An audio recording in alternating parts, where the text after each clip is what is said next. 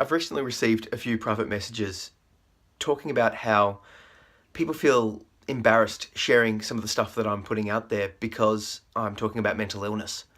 And they're worried that people will judge them, or they'll get some of the stigma that's around mental illness just by sharing what I'm doing.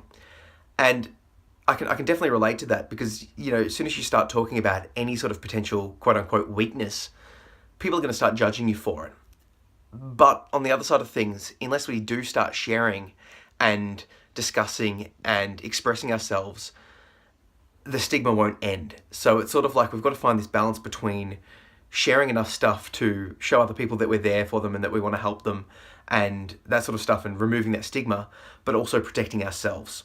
So if you're in this situation, my first piece of advice would be don't share anything that's going to cause you to, that's going to impact your mental state. If you're concerned, if you want to share something but it's going to cause you a lot of distress, just don't. It's not worth it.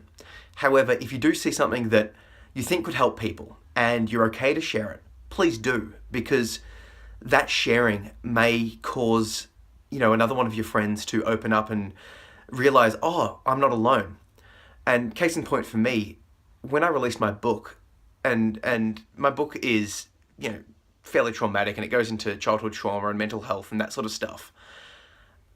I had a few of my friends, quite a few, come out and say to me, man, some of the stuff that you've gone through, I've gone through that too. And some of the ways that you now think, or the mental issues and that sort of stuff that you're going through, I felt that for so long, but I didn't realize that other people were feeling that way. And once I put that out to the public, I've gotten a bunch of messages in that same sort of idea. And what I'm getting at is until I released that, until I started talking, until I started doing all of this stuff, I didn't realize just how many other people out there that I knew that were close to me were also going through similar thought patterns. So by sharing, I've actually enabled people that are close to me to open up and start talking to me. And, we've gotten better relationships, and they've started to heal as well, because they can see that, people close to them are going through similar stuff to what they're going through. And therefore, their thought processes are normal, and it's okay, and there's help available, and that there's people that care out there. So, like I said, protect yourself at all costs. If you feel like it's going to compromise you, don't share. But if you're a little bit nervous but you think it'll be okay, share it. Talk about it. Open up. Approach the person in person, or send them a message or a link privately. Tag people in it if it's appropriate, or share it on your Facebook or social media walls.